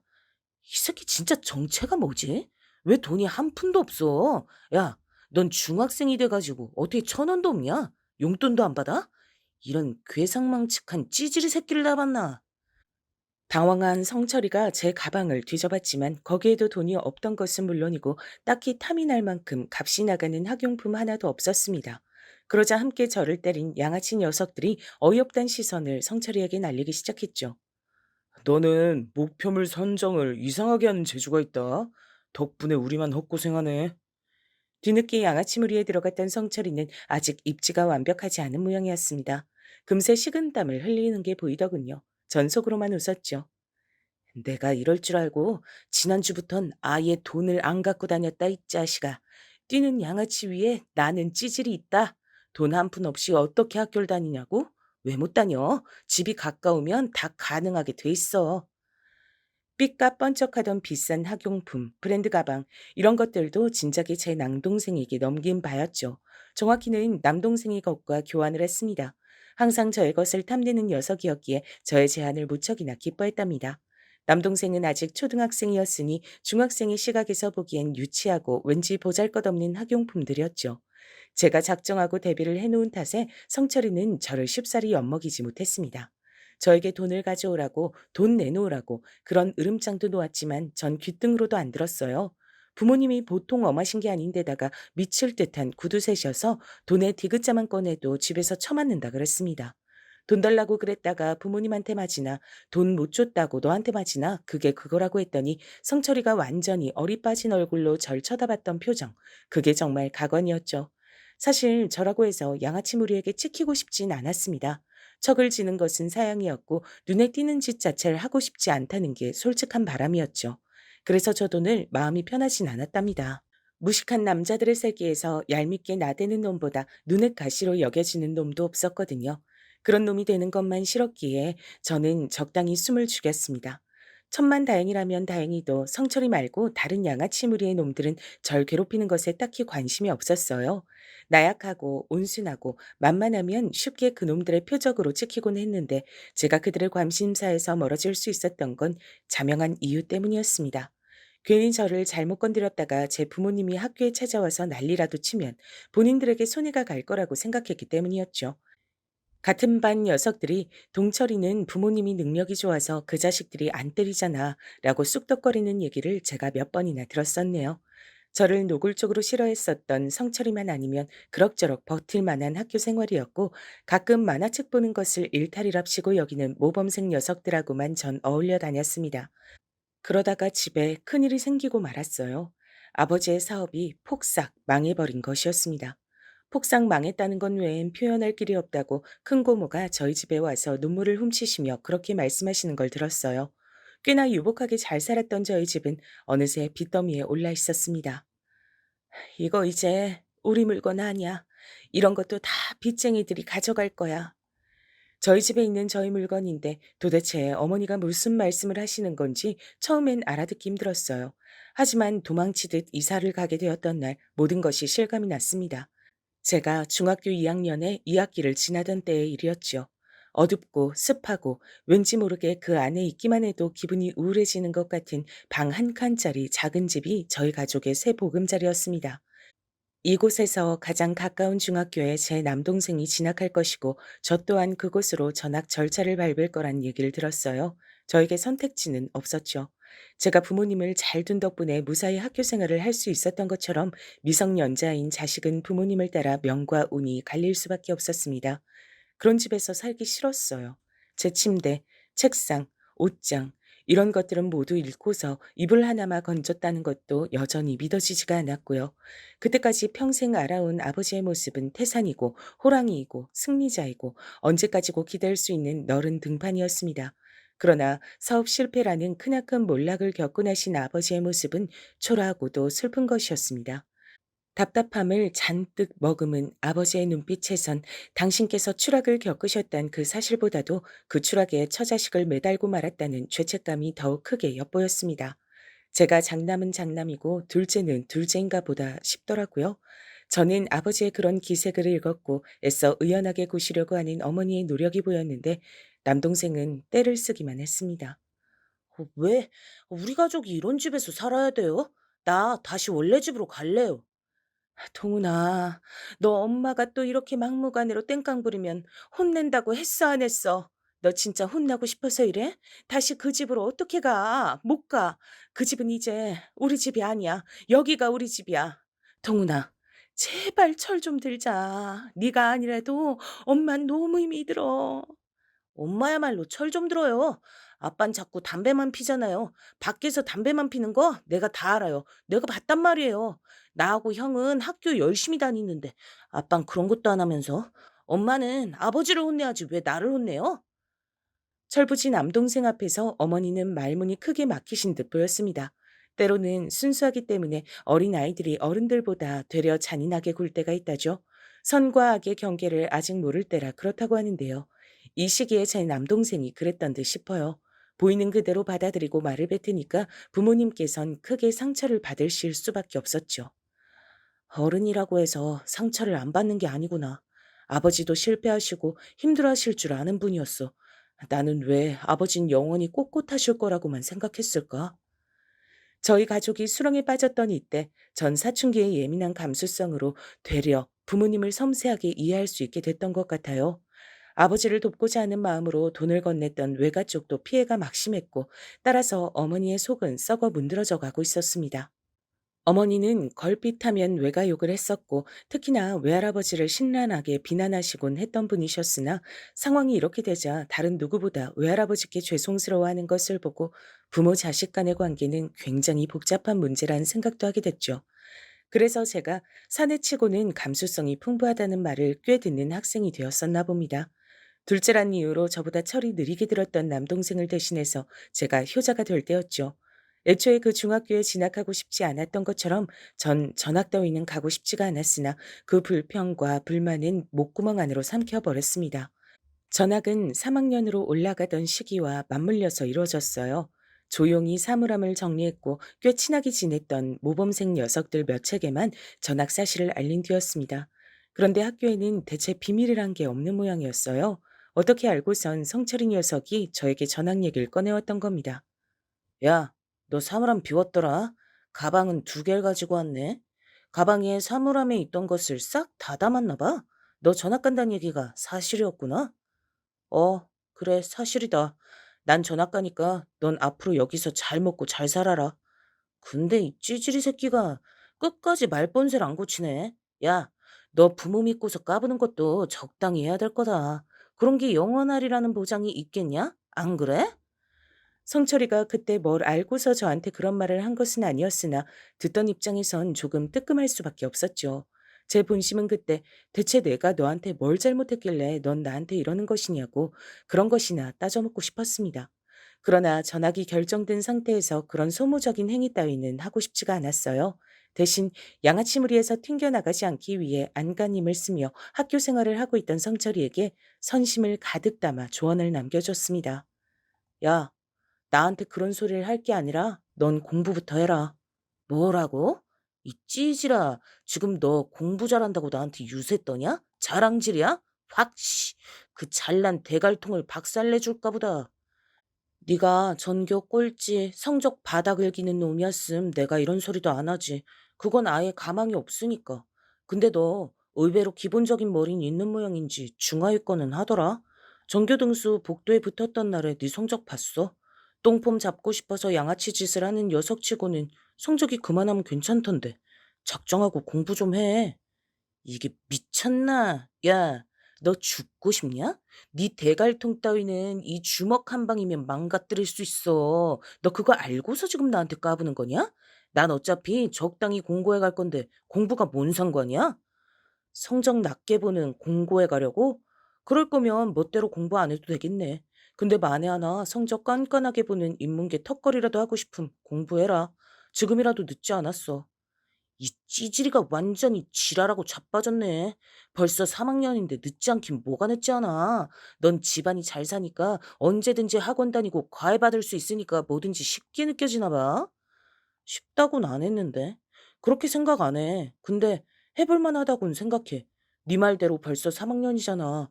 자포자기하는 녀석들 이미 꽤 많이 나오고 있거든. 그리고 1학기 중간고사 딱 끝나자마자 거기서 절반 이상이 더 자포자기 할 거야. 포기하지 않고 끝까지 해보는 녀석이 진짜 백이 승자다. 여기까지가 내가 해줄 수 있는 조언이야. 너 하기에 달렸지. 이 재수없는 찌질이가 말하는 꼬라지 한 번 진짜 두들겨 패고 싶어지네. 그렇게 잘난 척 해놓고 과연 네가 얼마나 어떻게 잘 사는지 어디 두고 보자. 나를 왜 두고 봐? 설마 날 또 만나려고? 그건 사양인데. 아, 그리고 마지막으로 꼭 해주고 싶은 말이 있는데, 야, 너는 양아치 짓이 진짜로 안 어울려. 안 맞는 옷이라고 짜샤. 성철이 녀석은 얼굴이 시뻘겋게 달아오른 채로 저를 진짜 죽여버리려 했습니다. 분명 그 손은 제 목을 조르기 위해 뻗어졌을 테죠. 간반의 차로 전 그걸 피했고 마침 선생님들이 그쪽으로 다가오셔서 전 벗어날 수 있었습니다. 가슴을 쓸어내리며 학교를 빠져나왔었죠. 다시는 발붙일 일이 없는 학교의 건물을 보면서 저는 괜한 오지랖을 부렸다고 후회했습니다. 하지만 성철이 녀석을 다시 만날 일이 아무래도 없을 테니 별일이야 있겠나 싶기도 했죠. 전학을 간 학교 역시도 남자 중학교였습니다. 시커먼 녀석들만 가득했죠. 그리고 이미 3학년이었기 때문에 전 적당히 겉돌기만 하면서 지내면 됐습니다. 용돈 한 푼 없이 학교를 다니는 절 보면서 몇몇은 제 궁핍한 수준을 알아차린 듯 했어요. 전 은근슬쩍 왕따를 당하게 됐죠. 중학교의 마지막 생활은 고요하고도 외로웠습니다. 저는 나름 명문으로 꼽혔던 어느 인문계 고등학교에 진학을 했어요. 그 정도는 저에게 가뿐했죠. 더 괜찮은 고등학교도 사실 합격할 순 있는 성적이었으나 그곳에 가지 않은 이유는 집에서 멀었기 때문입니다. 제가 어느 남자 고등학교에 입학한 것은 집에서 등하교하기에 수월하다는 이유가 컸었죠.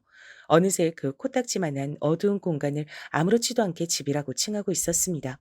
그런 지 꽤 되었다는 사실을 자각하고서 씁쓸하게 고등학교 생활을 시작하려던 저의 눈에 믿을 수 없는 광경이 들어왔어요. 배정받은 교실로 들어선 인물, 바로 성철이 녀석이었습니다. 어? 너 설마 찌질이 새끼? 너 여기 입학했냐? 너야말로 여길 입학했어? 잠깐만, 너 설마 공부했던 거야? 내 조언대로?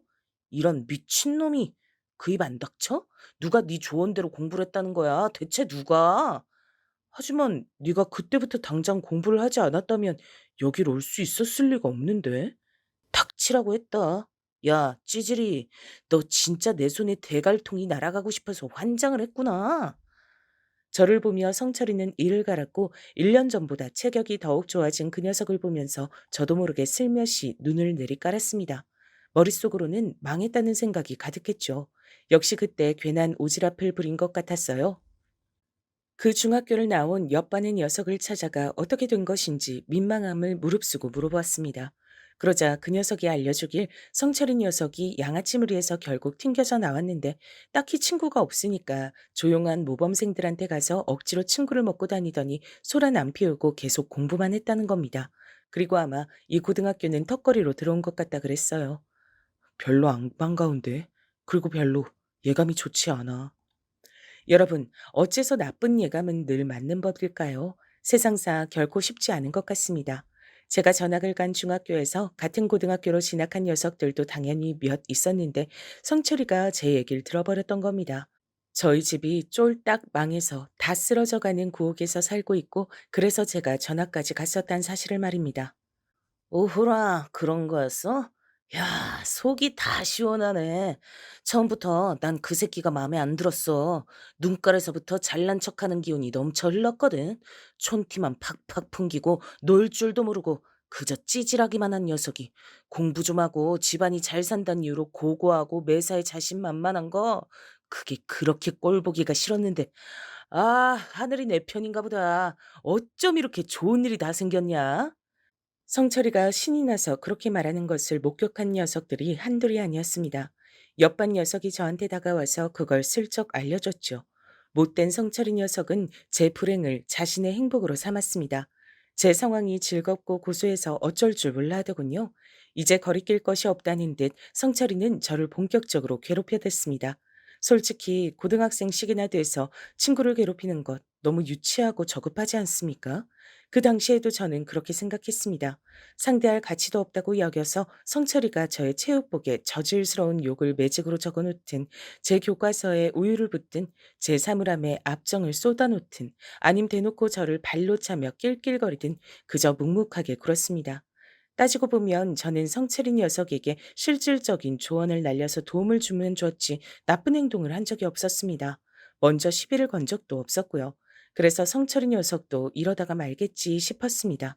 본인 스스로도 이런 걸 내심 부끄러워할 거라고 여겼습니다. 너 이제 부모 백 없다면서? 가난뱅이 다 됐다면서? 꼴 좋다 이 찌질이 새끼.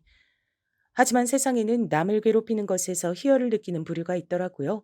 남보다 자기가 우위에 서는 것을 계속해서 확인받고 싶어하고 그런 감각에 중독되는 부류가 있다는 걸 저는 성철이 녀석을 통해 배웠습니다. 성철이 녀석처럼 덩치가 꽤 좋고 목소리가 크고 힘이 좋은 녀석이 앞장서서 절 괴롭혀대니까 다른 녀석들도 절 만만하게 여겼어요. 군중 심리라는 게 그렇더라고요. 절 두고 왕따 당해도 할 말 없는 놈, 왕따 당하는 게 당연한 놈이라고 다들 여기고 있었습니다. 선생님들께서도 제가 따돌려지는 그 분위기를 아예 모르실 순 없었습니다. 그러나 절 외면하셨어요. 담임 선생님께 제가 겪고 있는 상황을 말씀드린 적이 있었는데, 그러자 교실에 들어오셔서 모두 앞에서 이렇게 말씀하셨습니다. 명색이 우리가 이만하면 명문이란 소리를 듣는데 학교 이름에 먹칠하지 말도록 적당히들 해라. 친구 괴롭힐 시간 있음 문제집이나 한 권 더 풀어. 출석부로 교탁을 탕탕 두드리며 그런 말씀을 하셨을 때 모두가 절 힐끗거렸습니다. 전 민망해졌고 그때 하필 성철이 녀석과 눈이 마주쳤는데 절 향해서 입모양으로 찌질이라고 했습니다. 웬만한 상황에서 초연하게 구는 것이 저였는데 그때는 정말 수치스러웠던 것 같아요. 그런 식으로 얼렁뚱땅 무말을 하시려고 드는 담임 선생님께 실망을 했습니다. 그 이후로는 아무것도 상담을 청하지 않았죠. 당연히 부모님께는 학교 생활에 아무 문제가 없다고 그렇게만 말씀을 드렸습니다. 울적한 학교 생활, 그리고 집에 와선 사춘기 남동생이 엇나가지 않도록 그 마음을 잘 달래줘야 했고 공부 또한 봐줬어야 했습니다. 그러면서 적나라하게 알게 된 사실이 있었죠. 이럴 수가. 내 동생이, 하나뿐인 내 동생이 돌머리라니. 수학 공식 하나를 두고 일주일째 뱅뱅 돌고 있는 게 말이나 되나? 난 이걸 독학으로 공부했었는데? 큰일이 아닐 수가 없었습니다. 왜냐면 저희 집은 이제 가세라는 것이 기울다 못해서 박살이 난 상태였고 가장 현실적인 타겟책은 대한민국에서 가장 널리 알려진 성공법을 따르는 것밖에 없었기 때문입니다. 그게 무슨 성공법이냐고요? 뭐겠나요? 대한민국 사람이라면 모두 다 아는 그거였죠. 명문대를 나와서 대기업에 입사하기. 필승법이라고 알려져 있지만 아무나 쉽게 따를 수 없기 때문에 많은 이들을 안타깝게 만드는 그런 방법이었습니다. 빚을 갚기 위해 묵묵하게 부모님은 일을 다니고 계셨어요. 큰 실패는 큰 성공으로 덮는 수밖에 없다고, 그러려면 다시 모험을 해봐야 한다고. 사실 아버지께선 이런 말씀을 하신 적이 있었으나 어머니께서 적극적으로 말리셨습니다. 우리 둘뿐이었으면 그래도 되지. 모험? 너무 좋지. 멋지지 그거. 당신이 최고로 잘하는 거잖아. 근데 당신 이젠 자식들을 생각해야 될 때야. 이번에 또 실패하면 그땐 진짜 우리 자식 새끼들 볼 낯이 없어져. 그걸 알아야 돼. 그 설득 앞에서 아버지는 고개를 떨구셨고 동의를 하셨습니다. 이를 악물고 두 분 다 일을 다니고 계셨어요. 전 매일같이 피곤해 절은 두 분의 모습을 보며 저와 남동생이 명문대를 가서 대기업을 나오는 가장 안전하고 확실한 방법을 따른 수밖에 없다고 확신을 했습니다. 그런데 제 남동생이 제가 가진 공부머리의 반절 정도밖에 안 된다는 것을 확인하자 절망이 절 덮쳤어요. 그리고 이루 말할 수 없는 책임감, 부담감으로 전 질식할 것만 같았습니다. 제가 삐끗하면 저희 가족은 끝이란 생각마저 들었어요. 저에게 따로 말씀은 안 하시고 계셔도 제가 명문대를 무리 없이 갈 것이란 기대를 부모님께서 품고 계신다는 것을 전 눈치로 알고 있었습니다. 성철이 녀석 때문에 학교 생활을 망쳤다고 의기소침해 있을 때가 아니었어요. 저는 "뉘 집 개가 짖나" 하는 식으로 나가기 시작했습니다. 제가 무반응으로 일관하며 괴롭힘 앞에서 지루해야 하기까지 하자 성철이 녀석이 당황하더군요. 너는 개같이 짖어라. 난 공부하련다. 머릿속으로 목탁을 두드리며 매사에 태어나고자 애를 썼죠. 저의 그런 반응에 성철이 녀석은 모욕감을 느낀 듯 했습니다. 매번 표정이 볼만했죠. 이 찌질이 놈은 잘난 척을 도무지 관둘 줄을 모르네. 가난뱅이 주제에 뭐가 그렇게 단단한 척이야. 저를 대놓고 깎아내리는 것에도 전 흔들리지 않았습니다. 제가 아무렇지 않게 반응하니까 다른 녀석들도 슬그머니 절 업신 여기던 태도들을 거두더군요. 남자들의 세계에선 역시 약육강식이 최고인 듯 싶었습니다. 그리고 어느새 그 녀석들도 머릿속엔 이런 생각들을 하게 된 것이겠죠. 제가 당당한 이유? 그건 사실 쉽게 찾을 수 있었습니다. 1학년을 마무리하는 시험에서 저는 전교 3등을 했습니다. 그리고 같은 반 녀석들이 다 보는 앞에서 그 성적표를 받아든 다음 이렇게 혼잣말을 뱉었습니다. 아, 젠장할. 내가 1등일 줄 알았는데 3등이었다니. 그러자 모두가 놀란 숨을 들이키는 소리가 들려왔죠. 전 더 이상 아무도 절 얕보지 않게 됐음을 직감했습니다. 최종 성적표를 받아든 성철이 녀석은 깊은 침묵을 지킬 뿐이었죠. 성적이 개판이었으니까요. 저는 학교 생활을 어떻게 해야 하는지 드디어 제대로 감을 잡은 뒤였습니다. 더없이 당당해지기로 했어요. 근데 갑갑하게도 2학년 때 역시 성철이 녀석과 같은 반이 된 겁니다. 그뿐인가요? 같은 반이 됐다고 하더라도 엮이지만 말았으면 좋겠다 그렇게 생각했건만 2학년 담임 선생님께선 굉장히 화통하신 분이었습니다. 이야, 우리 반에 동서남북이 다 있네. 동철이, 성철이, 남철이, 방철이, 철철철철. 너희들은 오늘부터 우리 반에 동서남북이다. 알았냐? 어디 보자. 동서남북 중에서 누가 제일 공부를 잘하나? 오, 역시 동쪽이 1번이라 그런지 동철이가 제일 잘하는구나. 동서남북의 동, 네가 임시반장 맡아라. 그리고 서, 네가 부반장. 남, 너는 서기. 북, 너는 우리 반의 미화 담당이다. 알았냐? 입이 쩍 벌어졌습니다. 갑자기 동서남북으로 제가 성철이 녀석과 한데 묶인 겁니다. 임시긴 하지만 반장과 부반장이었기 때문에 성철이 녀석과 같이 움직여야 할 때가 종종 있었죠. 중학교 때에 이어서 그때보다 훨씬 더 지독하게 지난 1학년 생활 내내 저를 괴롭혔던 녀석과 동행을 해야 한다니 너무 싫었습니다. 성철이도 내가 더 싫다는 기색을 숨기지 않았죠. 그러나 절 대놓고 괴롭히진 못했습니다. 2학년 담임 선생님께선 오지랖이 강하셨기 때문입니다. 저를 괴롭혔다가 잘못 걸리면 본인만 손해란 것을 성철이는 충분히 인지한 듯 싶었어요.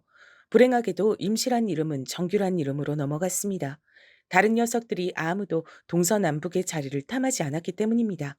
그렇게 저는 반장직을 계속 수행하게 됐죠. 부모님과 남동생은 제가 학교 생활을 너무 잘해서 반장을 하게 된 것으로 오해를 하고 있었답니다. 그리고 전 얼떨결에 동서남북에 동의되어서 반에서 제법 친구들과 잘 지내게 됐습니다. 이래서 무리라는 것은 중요한 것 같았어요. 제가 동서남북의 일원이니까 다른 녀석들도 절 소속이 있는 놈이라고 자연스레 여기더군요. 전 어느새 완전히 왕따의 그림자를 벗어난 뒤였습니다. 2학년 때는 원활하게 학교 생활을 할 수 있었어요. 성철이 녀석이 저에게 가난뱅이 찌질이라고 이죽거리는 것만 빼면 딱히 어려운 상황은 없었습니다. 대부분의 녀석들과 무난하게 잘 지냈던 것 같아요. 전 내심 성철이를 배은망덕한 놈이라고 여기고 있었지만 한 번도 그걸 입 밖으로 꺼낸 적은 없었네요. 3학년이 되면서 전 대학 입시에만 매달렸습니다. 남동생은 다른 고등학교에 진학한 상태였죠. 자기는 저처럼 남고가 아니라 공학이라면서 즐거워하며 절 놀렸습니다. 그걸 놀린답시고 놀린다는 것 자체가 착잡했죠. 저와 같은 고등학교를 다닐 그 성적조차도 못 돼서 다른 고등학교를 간 것이었으니까요. 어느새 저의 어깨는 더 무거워져 있었습니다. 거울을 보면 스스로 깜짝 놀랄 정도로 눈밑이 퀭하게 변한 채 지독한 수험 생활을 전 보내고 있었고, 당시에는 잘 몰랐으나 알고 보니까 저는 꽤 관심 대상으로 등극한 채였습니다. 집이 잘 살다가 한순간에 몰락한 채가 피골이 상접한 채로 입시에만 매달리고 있는데 과연 결과가 어떻게 나올지 모두가 궁금해했던 겁니다. 절 두고 망할 것이다, 성공할 것이다 이렇게 내기를 건 녀석들도 있었더라고요. 참나, 누가 대체 그런 쓸데없는 짓을 하는 건가 싶었는데 성철이 녀석이 주도했던 것이더라고요. 그리고 그 녀석은 제가 망할 것이라는 데에 돈을 걸었고요. 본인이나 잘할 것이지 어처구니가 없었네요. 그래서 제가 그 녀석이 돈을 잃도록 만들었냐고요? 당연하죠. 그해 유일하게 저만 서울대에 합격을 했습니다. 정작 서울대를 진작에 입에 올리면서 자신 있어 했던 다른 녀석들은 미끄러졌고요. 말도 안 돼. 네가 뭘 했다고 서울대야? 공부를 했으니까 서울대지. 넌 어디 붙었더라? 그래도 서울에 있는 4년제는 맞더라. 선방했네. 누구 놀리냐? 야, 너 두고 봐라. 길고 짧은 건 원래 대봐야 아는 법이거든. 우리 부모님 작년부터 사업 시작하셨는데 잘 되고 있어. 앞으로 전망이 좋아. 난 부모님 날개도 달고 거침없는 내 성격으로 앞으로 직직만 해서 보란 듯 성공할 거다. 잘난 척하고 재수없게 구는 너보다 훨씬. 하여간에 성철이 이 녀석은 저에게 유감이 많은 녀석이었습니다. 그걸 깨달으며 졸업을 했죠. 제 졸업식에선 의연하시기만 했던 부모님께선 제 입학식에서 눈물을 보이셨습니다. 어머니가 우신 것은 놀랍지 않았는데 아버지가 제 앞에서 눈물을 보이신 게 너무 놀라워서 심장이 쿵 내려앉을 정도였어요. 수고했다. 그리고 미안하다. 아버지의 모든 심정이 담겨 있는 최고의 인사였습니다. 저는 차오르는 눈물에 그 뜨거운 감각을 느끼며 다짐했습니다. 멈추지 않겠다고요. 비록 실패의 맛을 보긴 했으나 멋지게 질주하며 사업적으로 성공을 거두신 바 있었던 아버지를 전 세상 최고로 존경하고 있었습니다. 아들로서 부끄럽지 않은 사회인이 되겠다고 결심했어요. 제가 대학을 다니는 동안 부모님께선 모든 빚을 다 청산하셨고 비로소 저희 가족 다시 새 출발을 할 수 있게 됐습니다. 남동생은 보통 수준의 대학에 진학했어요. 천방지축인 녀석이었으나 분명히 저에게 없는 장점을 가지고 있었습니다. 저보다도 남동생을 편하게 대하시는 부모님의 태도만 봐도 그걸 알 수 있었죠. 꽤 듬직한 녀석이기도 했기에 남동생에게 부모님을 맡기고 제가 유학이라는 과감한 선택을 내릴 수 있었던 것 같습니다. 제 20대의 끝도 30대의 시작도 전부 다 영국에서 보냈습니다. 전 글로벌 기업에서 재직하며 경력을 쌓았고 세상을 보는 다양한 시각을 배울 수 있었어요. 남동생은 대학을 졸업한 후 남의 밑에서 일을 하고 싶지 않다며 자기가 직접 창업을 했습니다. 기발한 아이디어를 바탕으로 기업에 투자를 받아서 성장해 나가는 형식이었어요. 대단하더군요. 그리고 저희 형제는 남동생의 기발하고 도전적인 정신과 저의 두뇌 그리고 경험을 바탕으로 삼아 의기투합을 해서 저희만의 사업을 한번 해보기로 했습니다. 영국에서 쌓은 인맥들에 큰 도움을 줬고요. 어떻게 방향을 잡아야 할지 헷갈리거나 형제 사이에 이견이 생길 땐 어김없이 스승님께 도움을 청했습니다. 스승님이라 함은 당연히 아버지였죠. 사업을 직접 차리고 넓혀가면서 새삼스레 아버지를 더욱 존경하게 됐습니다. 게다가 저희 형제가 절대 가지지 못한 연륜이란 것까지 가지고 계셔서 사업은 안정적으로 몸집을 키워갈 수 있었습니다. 어머니가 살고 싶어 하셨던 동네에 고급 빌라를 사들였을 때가 사업을 시작한 이후로 가장 뿌듯했던 때 같아요. 이웃집에 탤런트가 산다면서 어머니가 호들갑을 떠셨을 때 온 식구가 즐겁게 웃음 지었었죠. 바쁘게 사느라 동창회 소식 같은 건 모르고 살았습니다. 제가 햇수로 8년이나 해외에 나가 있기도 했었으니까요. 근데 우연히 인터넷에서 모교의 근황을 찾아보다가 저와 함께 졸업한 녀석들이 동창회를 연다는 소식을 접하게 된 겁니다. 졸업한 이후로 세 번째 갖는 동창회라는 것 같았어요. 치열하게 살았던 고등학교 때가 생각나서 저는 당장 동창회에 참석하겠다고 연락을 보냈습니다. 소식지에 적힌 총무 번호로 문자를 보낸 것이었죠. 근데 알고 보니까 총부 녀석이 동서남북의 남이었더라고요. 절 반갑게 맞아주었고 당일에 꼭 참석하라며 신신당부를 했습니다. 기쁜 마음으로 전 동창회에 나갔죠. 장소는 넓은 주차 공간을 자랑하는 돼지갈비집이었는데 제가 일이 바빠서 조금은 늦게 도착을 했어요. 그런데 문 앞에서 나와서 담배를 피우고 있던 새 녀석이 절 발견한 겁니다. 사실 제가 아는 얼굴이 보이길래 손을 흔들었더니 그쪽에서도 즉각 절 알아보더라고요. 공교롭게도 새 녀석은 동서남북의 서남북이었습니다. 그 말인즉 성철이 녀석도 셋 중 하나였단 것이었죠. 돼지갈비집이 장소이길래 편한 차림으로 온 저와는 달리 꽤나 힘을 주고 온 차림새였습니다. 야, 찌질이 오랜만이다. 이게 대체 얼마만이냐? 20년만 아니냐? 너 이 찌질이 새끼, 이제 보니까 축복받은 유전자였구나. 별로 안 사갔다. 어, 너도 있었냐? 그래, 반갑다. 이 망할 놈의 찌질이는 여전히 재수가 없네. 또 잘난 척하려고 표정 관리하는 것부터 봐라. 야, 근데 너 여전히 찌질하게 사는구나. 아무도 네 소식을 모르길래 그간 궁금했는데 찌질하게 사니까 근황을 안전하고 혼자 숨어 살았구나. 타고 온 거 보냐? 설마 아반떼냐? 심지어 구형이세요? 임마, 이 형님처럼 이 정도 나이 먹었으면 외제차 정도는 타줘야지. 성철이 녀석이 배가 찢어지게 웃었고 옆에서 다른 두 녀석이 작작해라 달래며 억지로 안으로 끌고 들어갔어요. 저보고도 얼른 들어오라고 하더군요. 다들 저를 반길 거라 그랬어요. 전 알겠다고 대답한 뒤 바로 따라 들어가지 않고 어딘가에 전화를 걸었습니다. 김비서. 바쁠 텐데 미안하지만 부탁 하나 좀 합시다. 내가 주소 찍어 보내줄 테니까 당장 이곳으로 내 차 좀 끌고 와줄 수 있어요? 어느 차냐고요? 5대 모두 다요. 전화를 마친 뒤 식당 내부로 들어가자 분위기가 어째 성철이 녀석이 제 얘기를 떠든 다음인 듯 했습니다. 전 그저 피식 웃으며 자리에 앉았죠. 그래도 다들 저에게 반가운 눈치로 인사를 건네줬어요. 옛날로 돌아간 것 같아서 기분이 이상했네요.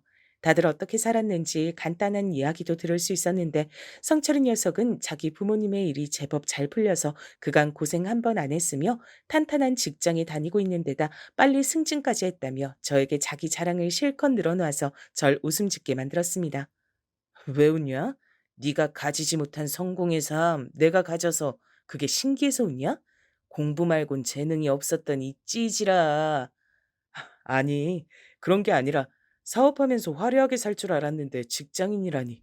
그게 의외라서 웃었다. 나하고는 반대네. 난 대기업 들어가서 안정적으로 살고 싶었는데 어쩌다 보니 사업가로 지내고 있어. 사업가? 참나, 구멍가게 하나 열어도 사업가라고 칭하는 법이지. 이름만 그럴싸할 뿐이야. 그래서 무슨 사업을 하시는데? 모르긴 몰라도 딱 아반떼 정도의 사업 크기겠지.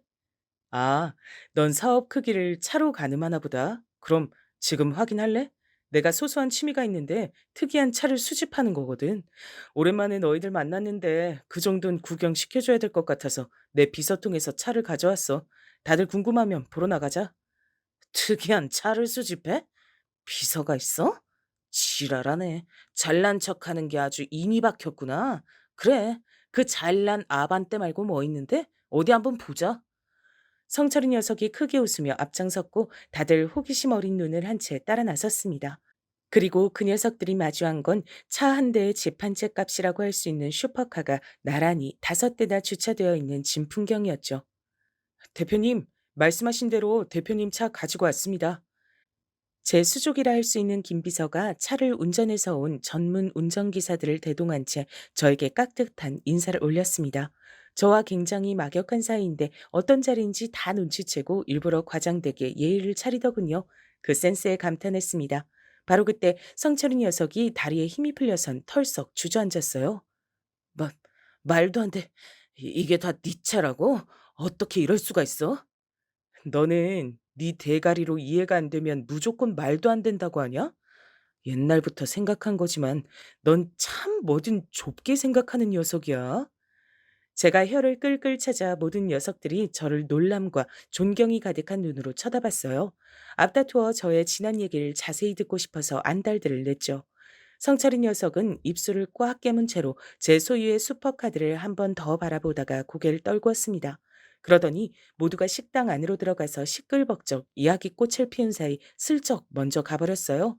아무도 눈치채지 못한 사이에 말입니다. 다들 뱁새가 황새를 따라갈 수 없었던 것이라며 저와 성철이 녀석을 평하였죠. 술맛이 쓰고도 달았습니다. 며칠 뒤 총무 남 녀석에게 연락을 받았는데요. 그날 그러고 나서 늦은 새벽에 성철이 녀석에게 전화가 와서 통화를 한 바 있다 그랬습니다.